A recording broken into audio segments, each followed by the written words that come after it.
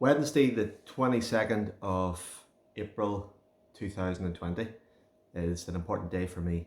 I'm not sure if it means much to yourself, but to me anyway, it's a big day because 4 years ago, this very day, I decided to stop conventional medication.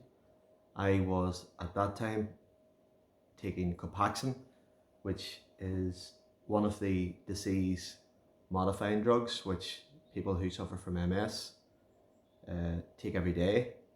So basically what it is, it's a syringe, and I was taking 20 milligrams a day. So every single day for 9 years I was injecting a drug into my body. And the entire MS community, all of the stakeholders, including neurologists and everyone else, charities and everyone involved in this conversation, are very pro medication, and that's fine. But around about 2014, there was that many side effects, and I didn't feel as if I was making the progress that I would like. I started to think about stopping drugs. And anyway, whenever I found out that the drugs that I was taking aren't actually designed to improve your body's physiology, they're not designed to help the healing process. All they really are supposed to do is stop relapses.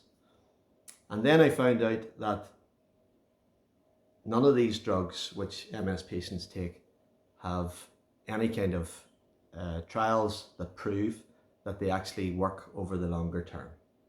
There are many trials that proves they stop or reduce relapses in the shorter term, but the bottom line is that, and I was actually talking to one of the lead doctors on one of the big MS charities in the last month, who proved and confirmed to me that these drugs that we're taking at the moment for MS, there are no trials to prove that they actually work long term, right? So anyway, so once I was figuring all that out, I decided that once I had seen Dr. Terry Wall's experience, where she was getting worse, her MS was progressing, and if you can check her TED Talk, Minding Your Mitochondria, on YouTube.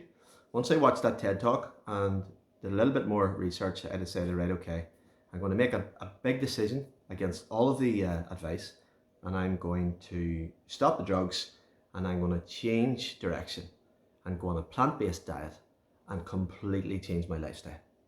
So what that really means was, if you look at the work of Dr. Swank, he was able to prove over 30 years, the biggest trial, I think one of the biggest trials ever done, that those patients who limit their level of saturated fat to 15 milligrams a day tend to have better outcomes. And for me, I knew that there was quite a bit of saturated fat and other problematic ingredients in meat and dairy, so I just decided, that's it, I'm gonna run with the plant-based diet.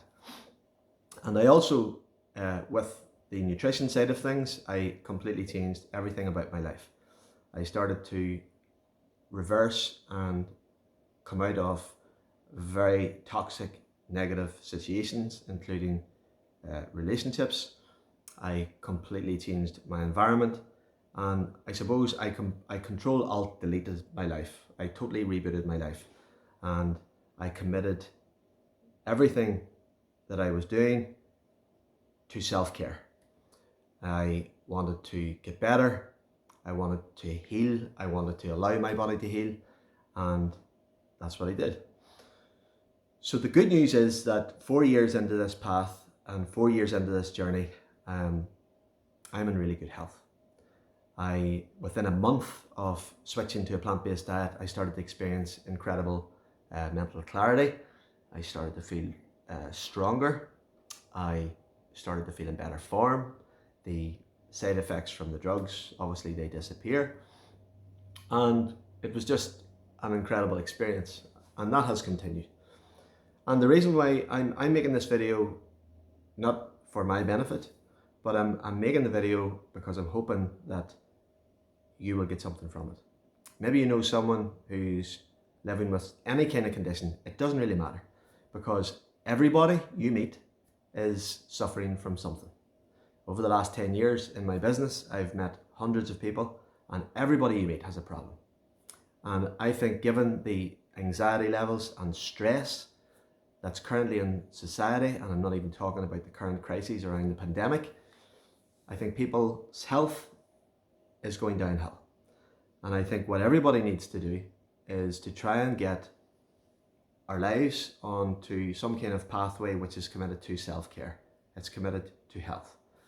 Because what we know is that there are far too many sick people out there. We know that up to 35% of our children are obese and in Ireland, and up to 35 and more percent of our adult population are suffering from obesity as well. So it's not good. But back to my story of hope and healing, and hopefully this will continue.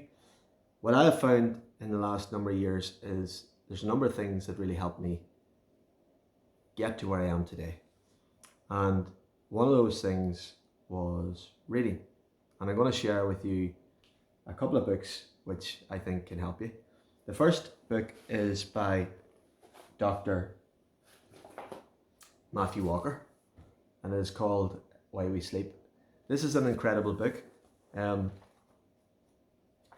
People used to wear it as a badge of honor that they could get away with 3 or 4 hours of sleep a night, particularly business people who said, you know, I don't need to sleep 7 or 8 hours. It's for wusses. I can manage in 4 hours. So we know that Margaret Thatcher and Ronald Reagan thought the same, and they ended up with Alzheimer's, dementia, brain disease. And we know that people who don't get enough sleep have a tendency to go on and develop brain disease, right? So this book here is amazing. I played sport at a very high level for a lot of my life, and I never knew how important sleep was in the whole health discussion and the healing process. So Matthew Walker's book, Why We Sleep. The second book I'm going to recommend is by Viktor Frankl, and it's called Man's Search for Meaning. And this is a fascinating book. You'll read it in a few sittings. Viktor Frankl is a psychologist who ended up in Auschwitz in the concentration camps. And he goes in to talk about trauma and pain and psychology and how to deal with all of those things. And what I know is that no matter who you are, you're going to come across incredible pain and trauma in your life, and we need as much help as we can get. So 4 years into my journey, I thought it was important that I celebrate the 4-year anniversary of the change of direction. I have so many people who contact me looking for hope and help. And I remember whenever I was diagnosed from 2006, for the first 5 or 6 years, I couldn't find anyone in Ireland or the UK or Europe who was doing well with MS. I just couldn't find anyone. And one of the reasons I do what I do is because I think it's important that I share a positive story. And that I don't want to come across in this video where I'm advising people to go off medication. What I am saying is that you should do your own research around the medication that you're taking, and then make an informed decision yourself. What I know is that medication is designed primarily to manage disease. I take the view it does that very badly. It's not designed to induce your health. So even if you're on any kind of medication, you should still have self-care at the top of your plan for life. What can you do that will improve your health, build up your immune system, build up your energy levels, improve your mental health? There's lots of things that you can do. And I talk about this in my books and on my website and on all my social media channels. Let me finish this video by talking about the final book that I'm going to speak about, which I'm just reading this now. I haven't actually finished this book. This book comes highly recommended. It's called The Body Keeps the Score. And this book was written by, it's a New York Times bestseller, and it was written by Dr. Van der Kolk. And the New York Times basically says the effects of trauma can be devastating for sufferers, their families, and future generations. Here, one of the world's experts on traumatic stress offers a bold new paradigm for treatment, moving away from the standard talking and drug therapies and towards an alternative approach that heals the mind, the brain, and the body. And let me just read you a little piece from the end of chapter 1 from Dr. Van der Kolk, who is one of the top doctors in the world. Because drugs have become so profitable, major medical journals rarely publish studies on non-drug treatments of mental health problems. Practitioners who explore treatments are typically marginalised, as alternative studies of non-drug treatments are rarely funded unless they are involved so-called manualised protocols, where patients and therapists go through narrowly prescribed sequences that allow little fine-tuning to individual patient needs. Mainstream medicine is firmly committed to a better life through chemistry, and the fact that we can actually change our own physiology and inner equilibrium by means other than drugs is rarely considered.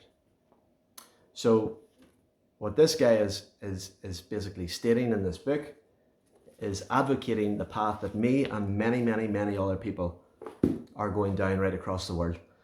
So there you go, that's the update. I will do this every 12 months. I will finish by saying that I get an MRI scan every 12 months, and I got incredible news last August 2019, where I was told that the MS was now not active in my brain. And that was quite special, because what it really did was it endorsed everything and every decision that I have made in the last number of years, which was great. Because 4 years ago, whenever I was thinking about giving up the drugs, it was a very scary and an intimidating time.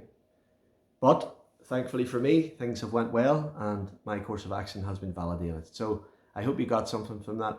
Share this video. If you know someone who needs a bit of a pick-me-up, everything is possible in life. And the whole idea, my view, is that you just have to keep chipping away on it. Never give up, keep turning up, keep doing the work, and keep the faith.